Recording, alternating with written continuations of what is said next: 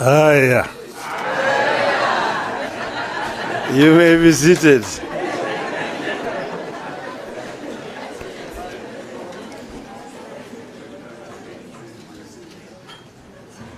To the Konrad Adenauer Foundation, distinguished guests, ladies and gentlemen, hamjambo, hamjambo tena. I am happy to have been invited by Konrad Adenauer Foundation to come and be with you here this afternoon. Dankeschön. That means thank you very much. And I mean, my brother has talked so elaborately about so many things. At some stage, he was talking about desperation in our country, how Kenyans are dying because of lack of food and so on. Then I was telling some other people that maybe death is not a very bad thing. Shakespeare said in Julius Caesar that some cowards die so many times before their death that the brave do not taste of death but just once. And I want to say that death is a necessary evil that will come when it will come, and therefore there's no need to fear death. Then the other day I was talking to somebody else, he told me, you shouldn't really fear death. He said that, look, if you are sick, there are only two things that can happen to you. Either you will be treated and you will get well, they have nothing to fear. But if you don't recover, then you will die. If you die, there's nothing to fear. Why? Because you will either go to heaven or to hell. If you go to heaven, there's nothing to worry about. You will be okay. Even if you go to hell, there's nothing to worry about. You'll find so many of your friends.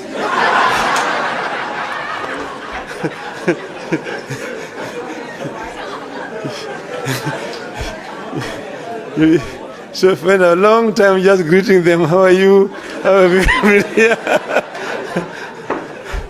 Before your time for the fire comes. So therefore, don't fear. You have nothing to fear as Kenyans. We will succeed in the long run. Now, I think this foundation has done a very good thing to choose to hold this conference. And they have told me that they're going to make it an annual event.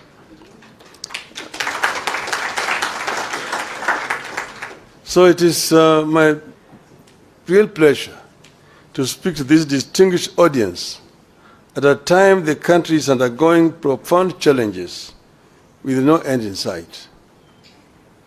My task is to share with you the alternative economic pathways proposed by the Azimio la Umoja One Kenya Coalition Party for the people of Kenya. I will do that with pleasure. But before I do that, let me thank the Konrad Adenauer Foundation, Stiftung, as it's called in German, for putting together this conference on the subject of transforming a nation. It is proper that a foundation that bears the name of the man who presided over the reconstruction of Germany after the Second World War should get us together so that we can discuss our own reconstruction. I happen to have been in Germany during its days of reconstruction and transformation, and I can say two things without fear of contradiction. First, transforming a nation takes hard, dedicated, and honest labor of leaders and citizens. Secondly, no nation is beyond reconstruction and transformation. All it takes is leadership. And I arrived when the war had ended, the Marshall Plan had been introduced, and the work of reconstruction was in its second phase. I have found when Konrad Adenauer himself was still the chancellor, and at that time when he arrived, when you went to Germany, and then you went to Britain and France, who are part of the victor powers, you'd think that it was Germany that won the war, and those countries had lost the war. But Germany had been devastated. Most German cities were bombed, some of them nearly to the ground. There's a city in the eastern part of Germany called Dresden. Dresden was razed almost to the ground by the British, basically, at the time when, in fact, the war had ended. But because of the anger of what had happened, bombing of London and so on, it was a revenge bombing. But the Germans reconstructed. And at that time, West Germany was the strongest economy in Western Europe. And East Germany was also the strongest economy in Eastern Europe at that time. That was basically because of hard work. I want to say that a year after our election, if you ask Kenyans, are you better off today than you were at the time, this time last year? The answer will be obvious, that we are in a deep hole. Failing policies and grim economic prospects. There is a devastating loss of trust and confidence in our economy, our financial markets, and our government. We are caught in a cycle where reduced spending power leads to loss of jobs, which leads to even less spending, where the people can't borrow because rates charged are too high, yet lack of borrowing slows growth and leads to even less credit. Credible data collected and published by the government confirms all this grim news. And this meeting is taking place as a day after the State of the Nation address by the President. I'm going to try to answer some of the things that he said yesterday. But this is not a response. At the Hustler Fund, which was supposed to support households and micro-enterprises, default on payments at a higher rate than those at the commercial banks, SACCOs, and microfinance. Out of the Hustler Fund's outstanding, that is 10.2 billion shillings worth of loans in the last 9 months, 29% is deemed to be portfolio at risk, implying it has not been serviced by the borrowers as per agreed schedule. This means that borrowed amounts worth about 2.9 billion shillings in Hustler Fund loans fall in the category of non-performing loans. Job cuts are back to the rate where they were during the COVID. According to the CBK survey, more than a quarter of chief executives expect to cut jobs before the end of the year because of increased operating costs and softening demand for goods and services, setting up families for a gloomy festivities period. The Central Bank of Kenya is the survey that targeted CEOs of more than 1,000 private sector firms through online questionnaires shows that 26.3% of those surveyed expect to cut their workforce between now and the end of the year, while 63.5% will not be hiring any new staff. At the Nairobi Security Exchange, some 6,256 foreign investors fled in the last 9 months. This is 42% of foreign investors in the country. This exodus is a result of the rapid but unstable tax policies that are scaring away foreign investors and leading to low revenue collections. In October, the same National Security Exchange was ranked the worst performing African banks in the first 9 months of the year in dollar returns. Investors prefer a country with a stable taxation policy, a stable currency, and a growing economy. The current regime is changing tax policy frequently, mismanaging the shilling, and weakening economic growth. Kenyans are ditching mobile payments. A number of local SMEs using payment methods such as pay bills and Lipa na M-Pesa are now asking their customers to use cash when paying for goods and services to avoid taxation. Fuel consumption fell rapidly between January and June, dropping to the lowest levels in the more than 5 years. Up to 85% of farms are not paying corporate taxes. At least 8 in 10 companies in Kenya did not pay taxes on earnings last financial year.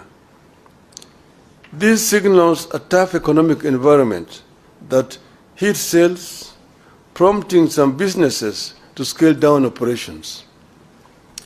The Kenya Revenue Authority, KRA, missed its revenue target for the first quarter of the current financial year by 79 billion Kenya shillings.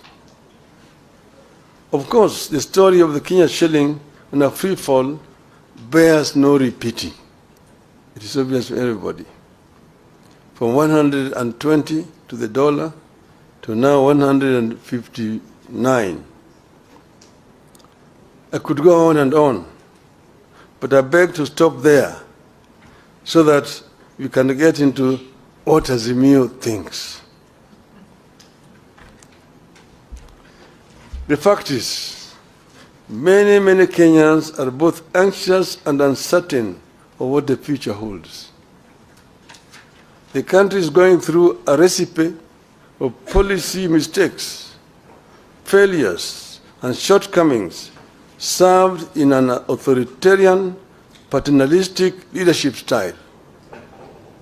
Nobody in government cares about building broad public support around these programs. Everything is forced down everyone's throats. In the run-up to 2022 election, we warned that the sectors of every economy are intertwined, and you cannot benefit one sector by denying the other. We warned that Kenya Kwanza was never going to help the hustlers by robbing the rich and the middle class. In the wake of the Finance Act of 2023, we warned that no nation can ever tax its citizens into prosperity. We are concerned that it is getting too late to change the course. We fear that consequences of the foundation laid in the first year of this administration could linger for years if nothing is done. Our country could lose the competitive edge that it has always had in the region and sub-Saharan Africa. This bad situation could easily get out of hand. What is to be done? For us in Azimio, reduction in the cost of living is a priority economic imperative. This will be achieved by providing some basic relief to citizens, including reduction of taxes and stimulating production. To release resources to achieve these objectives, government must cut the budget by an estimated 500 billion shillings. The current policies have hit low-income families particularly hard. These are the same low-income families that the administration promised to lift up. These families spend more than 40% of their income on food. They deserve and require relief. In particular, we must cut fuel taxes and raise social welfare payments. At this time of duress, we demand tax cuts, not increases. Kenyans need to see their taxes go down, not up. We believe the current taxation regime is not sustainable. We warned at the beginning that beyond a certain point, increasing taxes leads to lower collection. It has become real as Kenya Revenue Authority misses one revenue target after another. Tax on fuel is up, but fuel levy collection is down. We were doing this as a result of our experience when we formed government under NASA. Under NASA, we found an economy that was stagnant, and the growth was negative. Revenue collection was very low, and the Paris Club had actually clamped down on the government. So the government was actually just limping. And when we came into government, what we did was to address the two sides of the balance sheet, income and expenditure. We found out the government was collecting 200 billion shillings of all that was being collected. We looked at the sources of revenue, customs duty, income tax, the VAT, and so on. And then the other side, expenditure, how they were procuring. You looked at revenue officers, those officers in the customs, in the income tax department, in the VAT, and procurement officers in all the ministries. They were the boys in town. They're the ones who are buying apartment blocks in town, the ones who are driving the latest models of cars, Mercedes, Toyota, what have you. They're the ones who are building castles in rural areas. They're the ones who are building high-rise buildings in village markets. If you did a lifestyle audit, you're able to catch them. And we did lifestyle audits and caught very many of them. We sacked some we sent to jail. And all of a sudden, revenue rose up. From 200 billion shillings, within the 6 months from January to June, we went up by 100 billion shillings. We collected 300 billion shillings. So we said, the answer is not to increase taxes, but to spread out, widen the net, and lower the taxes, and we get more revenue. The following year, it went 500 billion, 700 billion, 900, we reached 1 trillion. We were able to finance most of our budget from local resources without having to borrow from donors. 95% of our development expenditure was coming from local revenue. And that's why we were advising the inadvisable that you don't have to increase taxes to get revenue. Procurement, because you can raise revenue, but it all just goes into people's pockets. We found that under Moi, there was a procurement law which says that any item above 100,000 shillings had to be procured competitively. In other words, you have to advertise in at least 3 newspapers. And there must be at least 3 bidders, and you procure competitively. Each and every ministry has a procurement officer seconded from the treasury who was in charge. We found that each procurement officer had 3 companies registered. And there was a kind of a cartel and a collusion. The one in Ministry of Finance is supplying Ministry of Education. The one in Education is supplying health. One is health is supplying roads. One road is supplying agriculture. And if you are the tender, there will be 3 companies. All those 3 belong to one person. And of course, the building, the commission, which is shared among various commission officers.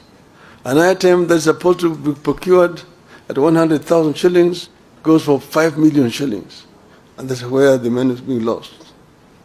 These ones, again, we did lifestyle audit. We sacked some of them. We jailed some of them. The government was now procuring competitively. And that is how we manage that economy. So you need to stimulate production. Interest rates need to come down in order to stimulate economic activity. This is particularly urgent and critical given that in the Finance Act of 2023, the regime is pursuing higher spending and taxes for the next 2 years. Businesses will obviously pass the costs to consumers, worsening the cost of living further. We needed to invest in direct relief to individuals through programs that put money directly into the people's pockets. Which is why we asked the Kenya Kwanza to continue with and expand the Kazi Mutani program. And it can be expanded the way we did it ourselves there, Kazi kwa vijana, to the rural areas as well. Investment in labor-intensive programs like road construction, rural water systems, afforestation, and so on. This has proven over the years to yield positive results. We believe that putting money into construction of schools' infrastructure would yield better returns than the construction of houses through taxation. Kenyans deserve a raise in the average minimum wage. We should also stop mismanagement of public finances. The country must embrace better fiscal discipline. We do not have to increase our budget in order to look important. State departments with overlapping functions need to be scrapped. Why do we have coordination of international development partnerships at both the Deputy President's Office and the Ministry of Foreign Affairs, complete with budget lines, while the National Treasury also runs an external resources department? At the same time, we need to stop duplication of devolved functions at national level. You have a situation where the national government is competing with the counties in several other functions which are constitutionally devolved, like health, like agriculture, like water, and so on. Why should the national government be the one procuring fertilizers and distributing it to the county government when agriculture is devolved? How about drugs and so on? A few weeks ago, the Controller of Budget told the country that the National Treasury over-budgeted salaries of state officers, including hers, by 3 times, leading to the loss of over 1 billion shillings. The Controller of Budget detailed how the Treasury has been over-budgeting salaries of senior government officials through the consolidated fund services. So far, nobody has been made to bear responsibility for this budgeted corruption. We know very well that regional authorities duplicate county functions. Where do we retain them? Complete with budgets. To those doubting Thomases within the regime, these measures above will release the estimated 500 billion shillings required to bring back the economy on an even keel. Realistic debt management. Currently, Kenya is caught in a debt rut where it has resorted to borrowing more to repay debt. It makes no sense to us to borrow more to repay debt when debt is already too high. It amounts digging when you're already in a deep hole.